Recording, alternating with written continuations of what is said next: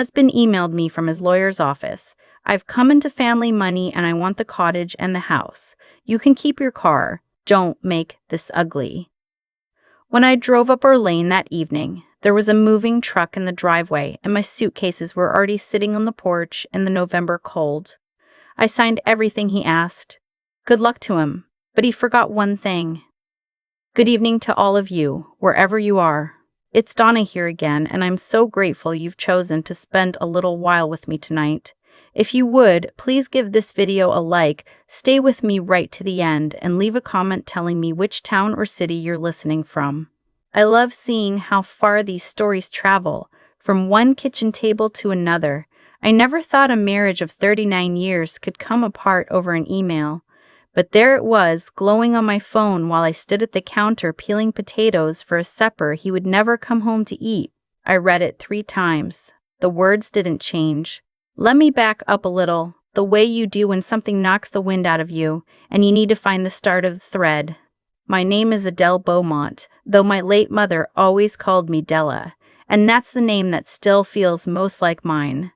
I'm 63 years old. For most of my life, I was a public health nurse up here in a small town outside Peterborough, Ontario, the kind of place where the snow comes early and stays late and everybody knows whose truck is parked where.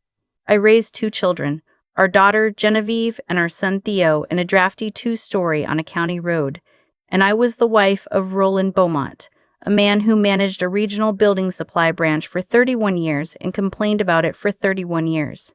We had what I thought was an ordinary, decent life. Roland coached minor hockey when the kids were small. I brought casseroles to neighbors when somebody passed. We argued about the thermostat and whose turn it was to shovel and whether we could afford a new roof. Ordinary.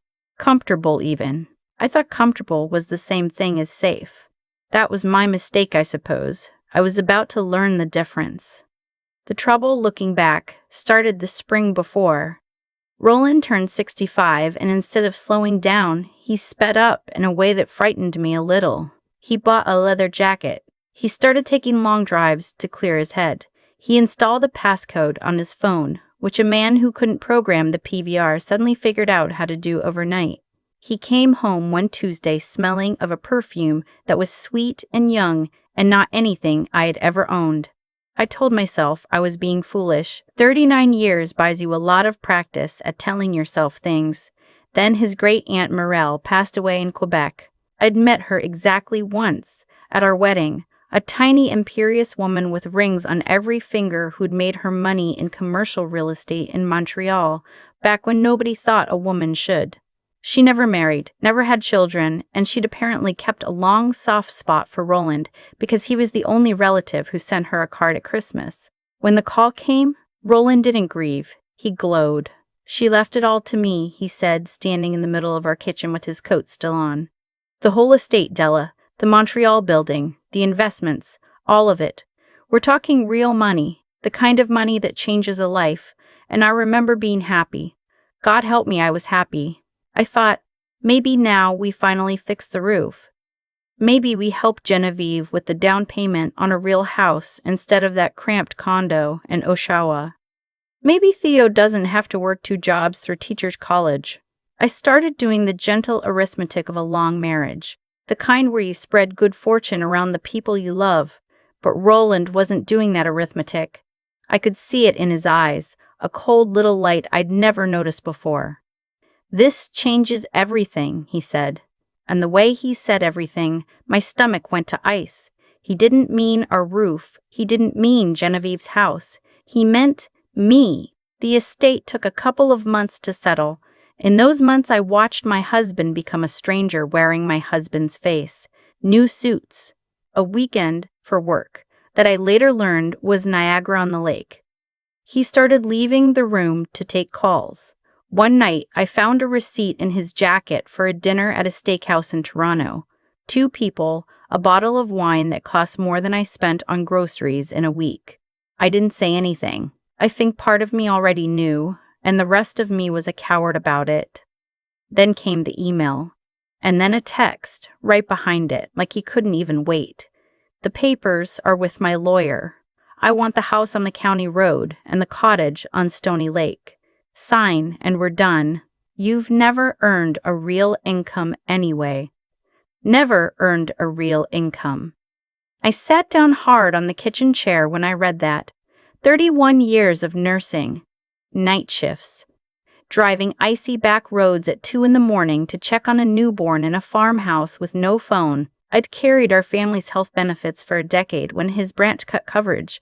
I'd nursed his own mother through the last 2 years of her life in our spare room while he couldn't handle the emotional toll. Never earned a real income. The man had a gift for finding the one sentence that could cut you to the bone. When I drove up our lane that evening, the moving truck was there and my suitcases were on the porch, dusted with the first real snow of the season. Roland came out the front door, and he wasn't alone. A young woman followed him, maybe 40, in a camel coat that had never seen a winter like ours, holding a coffee from somewhere with a French name. She gave me a little smile, the kind that's meant to be polite, and is actually a knife. "Della," Roland said, pleasant as anything. "This is Camille. Camille, this is, well, you can take whatever fits in a car tonight. I'm not a monster. I'll have the rest boxed and sent to Genevieve's. The lawyer says signing today is cleanest." I looked at him for a long moment, at Camille with her good coat and her bad timing, at the man I'd built a whole life beside, and I felt something I did not expect. Not heartbreak. Not yet. Something quieter and harder, like a key turning in a lock I'd forgotten was there. "All right," I said. "Where do I sign?" His eyebrows went up. He braced for tears, for pleading, for a scene Camille could feel superior to. I didn't give him one. He held out a pen, and I signed the preliminary acknowledgement his lawyer had drafted, every line in the same steady hand I'd used to sign our marriage license in 1986. "I wish you both the very best," I said, and I meant it the way you mean it to people you are about to watch get exactly what they deserve. "But Roland, you've forgotten something." He was already turning back to Camille, smug as a cat in cream.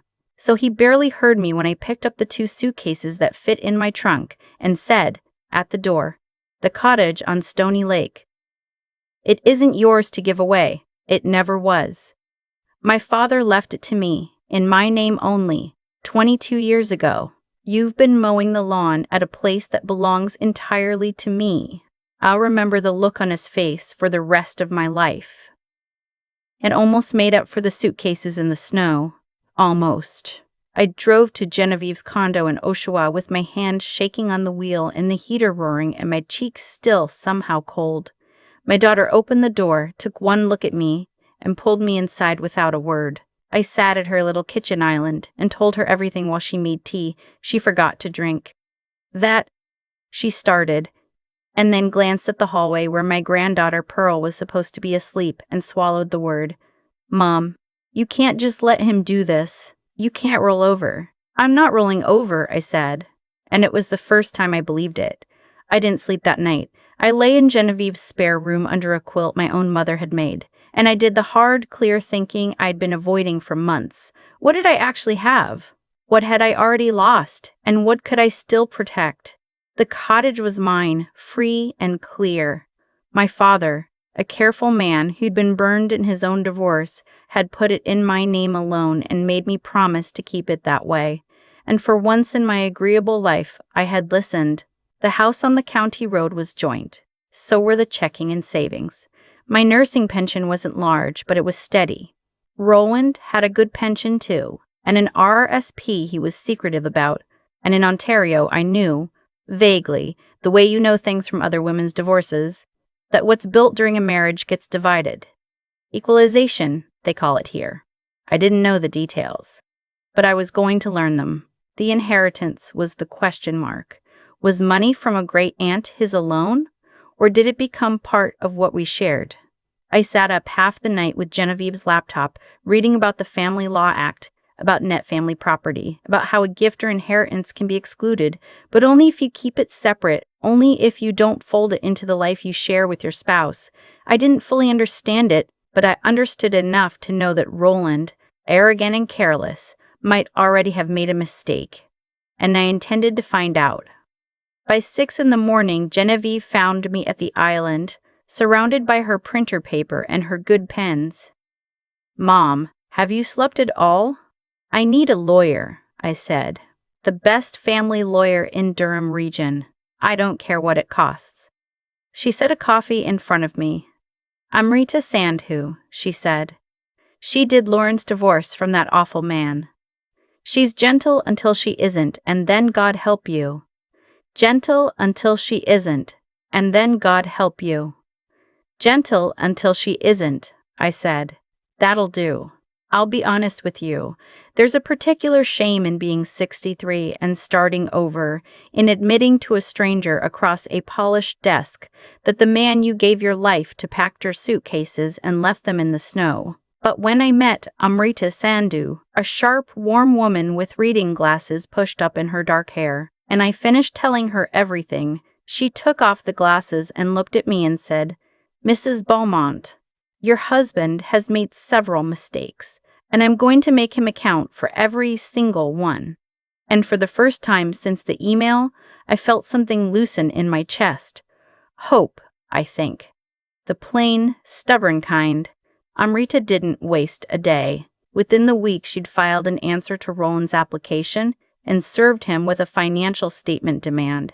Every account, every asset, the full accounting of dear departed Aunt Myrelle's estate.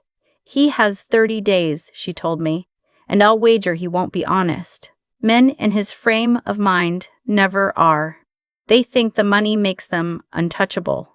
And if he lies?" Her smile was a quiet thing. "Then we catch him. Judges in this province have very long memories for husbands who hide assets, Mrs. Beaumont. Very long. I did something else I never imagined I'd do. On Amrita's recommendation, I hired a fellow named Doug Tran, a retired OPP officer, who did discreet work for family lawyers. I sat in his cramped little office above a print shop and looked at photographs of my husband. I'll never be able to unsee. Roland and Camille at a restaurant in Yorkville. Roland and Camille touring a glass condo by the Toronto waterfront. Roland, looking at her the way he had once, 1,000 years ago, looked at me across a church basement at a curling bonspiel. "They're not being careful," Doug said gently, sliding a folder across the desk. He opened a new account at a different bank 10 days after the aunt died. "The estate money's been moving through it, and he's spending." He showed me. "A new Audi, leased this, 60-some thousand. A watch, a bracelet from a jeweler on Bloor Street, $11,000. Charged the same week he texted me that I'd never earned a real income." "Can we use any of this?" I asked, and I was surprised my voice was steady. "Ontario law doesn't love a spouse who burns through family money on a girlfriend during a separation," Doug said. "Your lawyer will know how to make that count." Roland, meanwhile, was getting nervous. He started phoning Genevieve, all false warmth, fishing for where I was staying, what I was planning. She told him I'd hired Amrita Sandhu. He laughed, she said, and told her I couldn't afford a real lawyer and that I'd come to my senses once I saw how alone I was. My daughter was so angry she had to put the phone down, but I told her, let him laugh. Arrogant people get careless, and careless was exactly what I needed. The carelessness arrived right on schedule. When Roland's financial statement came back, Crew's lawyer, a slick downtown fellow named Preston Hale, it was a tissue of half-truths. He'd listed the county house as his asset and left the Stony Lake cottage off entirely, as if pretending would make it so. He'd lowballed his RSP, and he'd declared the inheritance, $2,400,000 after the Montreal building sold, as fully excluded property, his alone, off the table. Amrita read it twice and set it down with the calm of a woman who has just been handed a gift. 2.4, she said. "And he claims every dollar is excluded. But Mrs. Beaumont, look here." She turned a page Doug had pulled from the bank records. "When the estate funds came through, he parked $400,000 of it in your joint savings account, the one you both still hold, for 11 days. Then he moved it back out. Why would he do that? Carelessness. Maybe he was between accounts. Maybe he liked seeing a big number. It doesn't matter why." She leaned forward. The moment inherited money lands in a jointly held marital account and sits there, it's no longer cleanly his. He commingled it. He's given me an argument that a good chunk of that exclusion is gone, that he treated it as family money, so the law can too. I felt that key turn again in the old lock.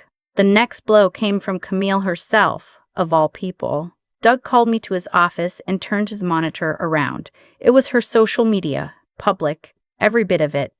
Dinners with the date stamped on, the bracelet on her wrist, tagged with the jeweler's name, a photo from the deck of a rented Muskoka chalet captioned "New Chapter, New Everything," posted while I was unpacking my suitcases at my daughter's, and one post, weeks old, that made my blood run cold and then run hot. A screenshot she'd shared of a text thread, "Careless Girl," with Roland, dated a full month before Aunt Myriel died. Once the old lady's gone, we won't have to hide anymore. Doug subpoenaed the rest through proper channels. There was no hiding it after that. The case went to a hearing in late February, the courthouse windows white with frost. I won't pretend I wasn't terrified. Roland sat at the far table in a suit that cost more than my first car, Preston Hale murmuring in his ear. Camille came for the first day in a cream coat, sitting very straight in the gallery as if she were attending a wedding. Preston Hale tried to paint me as a bitter woman, grasping at a windfall I had no part in earning. He asked in that smooth way whether I wasn't simply jealous that my husband had found happiness elsewhere. "No," I said, and I made myself speak slowly, because my mother taught me that calm is its own kind of authority. "I'm not jealous. I'm a 63-year-old woman whose husband emptied a marriage account onto his girlfriend and left her suitcases in the snow. I'd like the law to look at that plainly, that's all." Then Amrita stood, and gentle was over. She asked Roland about the second honeymoon trip to Prince Edward County the two of us had taken 8 months before the aunt died, and produced the photo he himself had posted, the two of us laughing over oysters. She asked about the anniversary card he'd written me last spring. She had it. Genevieve had kept everything. That said 38 years and I'd do it again. She asked how a marriage so loveless he'd had to escape. It had produced a card like that. She asked him to confirm the amount he'd spent on Camille between October and February. He didn't recall. She slid his own bank statements across the table. $141,000. "Yes or no, Mr. Beaumont?" He said yes, and his face went the color of putty.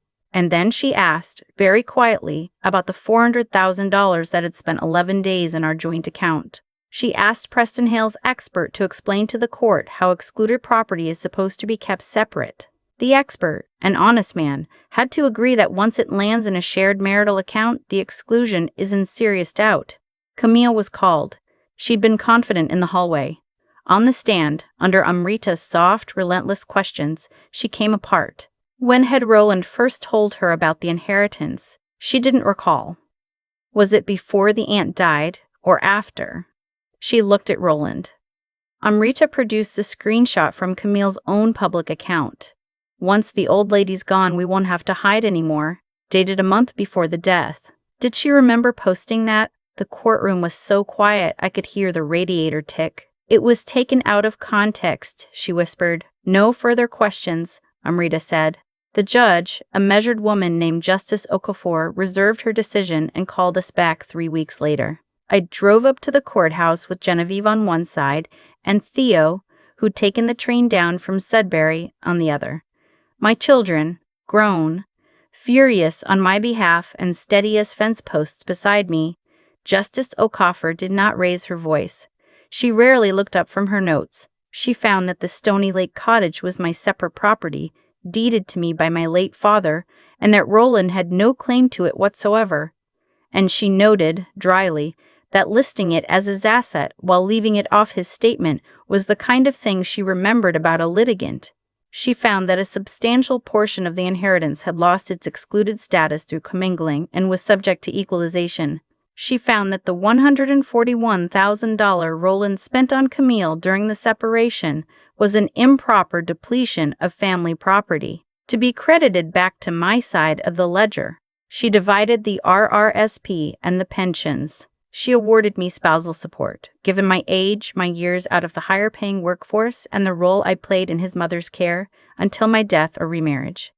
And given his conduct and his incomplete disclosure, she ordered him to pay my legal costs in full. Then she set down her notes and looked for the first time directly at Roland. She said that the court had heard a great deal about money, and very little to the credit of a man who, after 39 years, had chosen to demonstrate his good fortune by putting his wife's belongings out in the snow. She said the law could divide property, but it cannot restore a person's dignity. That, she said, a person had to reclaim for herself. And then she granted the divorce and rose, and it was done. Genevieve gripped my hand so hard it ached. Theo put his arm around me. Amrita leaned in and said, "Just for me, you held your nerve all the way through, Della. Most people can't." Across the room, Roland sat staring at the table, gray-faced, while Preston Hale packed his briefcase fast. And Camille was nowhere. She hadn't come for the ruling at all. Here is the part nobody tells you about winning. It is very quiet. There's no music. You walk out into a cold, bright morning, and the world is exactly as it was, except that it's yours again. I kept the cottage, of course. That first summer, I opened it up alone, swept out the mouse droppings and the dead flies, scrubbed the windows until Stony Lake came pouring through them, and sat on the dock with a cup of tea while the loons called the way they had when I was a girl. I had the county house sold and split, as the court ordered, and I bought a tidy bungalow in town with a south-facing kitchen and a garden I could kneel in. I went back to the curling club. I joined a choir badly. In the depth of the following February, when I'd have once been driving icy roads at midnight, I flew to Portugal instead, alone, and ate custard tarts on a sunny step, and did not phone anyone to say I'd arrived safe. I heard about Roland the way you hear about weather moving in. Camille left him within 2 months of the ruling. Furious, my friend Lorette said, about the money he'd lost. He sank a chunk of what remained into some investment. A man at his golf club swore by and lost most of that too. He sold the Audi. He moved into a condo near the highway with a view of a parking lot. Genevieve and Theo keep him at the polite distance he earned. Now and then, Lorette tells me, he asks how I am. "What do you tell him?" I asked her once. "That you're doing wonderfully," she said. "Because you are. I'm 64 now. Divorced after 39 years I thought were permanent, and I am happier and more myself than I have been since I was a young nurse driving those back roads believing the world would be fair if I was only good enough." That email didn't break me. It handed me back a life I'd quietly given away one small surrender at a time. The thermostat, the casseroles, the apologies I made for taking up space. Roland thought the money would buy him a better life. Instead, it bought him a parking lot view and a phone that doesn't ring. Because in the end, it was never the inheritance that mattered. It was knowing, finally and for certain, that I was never the one who'd contributed nothing. If any part of my story found you tonight, sitting in your own kitchen wondering whether it's too late to choose yourself, leave me a comment, tell me where you're listening from, and let me say this plainly to you. The way I wish someone had said it to me. It is never, ever too late. Your worth was never theirs to measure. And the snow always melts, dear hearts. It always, always melts. The suitcases in the snow are what I keep coming back to. Not the email, not the courtroom, not even the moment Roland's face fell when I told him about the cottage. Just those 2 cases sitting on the porch in the first November snow, and what they were meant to say to me, that after 39 years, I was something you set outside and forgot about. For a long time, I almost believed it. That's the danger, you see. We become whatever we let ourselves be told we are. But nothing in this life happens without a reason behind it. And Roland's downfall wasn't bad luck. He earned it. Dollar by careless dollar. He moved that inheritance through our joint account because he thought rules were for other people. He spent on a girlfriend what he should have respected as family money because he'd stopped believing he owed anyone honesty. Every cruelty he handed out came back to his own door. the parking lot condo, the silent phone, the children who keep him at arm's length. That isn't fate. That's a man reaping exactly the crop he planted, and I have to be honest with you about my own part too, because I didn't win that courtroom by accident either. I won it because I finally did 3 things I'd spent decades being too agreeable to do. I stayed decent when it would have felt good to be vicious. I signed his papers without a scene. I told the plain truth on the stand and let it do the heavy lifting. That kind of plain honesty has a weight to it that screaming never will. Then I made myself actually learn. I sat up half the night reading about equalization and excluded property and commingling until I understood the machinery I was caught in. Knowing how the law truly worked is what turned me from a victim into a person with a plan. And lastly, I refused to fold. 63 years old, suitcases in the snow, and I drove to Genevieve's and got up the next morning and found Amrita Sandhu and kept getting up every morning after that. The strength to keep standing when standing is the hard thing. That's the one nobody can hand you. You build it yourself, one stubborn sunrise at a time. I'd want you to take those 3 things with you, whoever you are, sitting wherever you're sitting. Be the honest one, even when dishonesty would be easier and no one would catch you. Learn the thing you're afraid of, because fear lives in the gaps where understanding should be. And when life sets your suitcases out in the cold, get up anyway. Roland thought money would make him untouchable. It only made him alone. I thought comfort was the same as safety, and losing my comfort gave me back my whole self. The snow melted. The loons came back to Stony Lake, and so did I.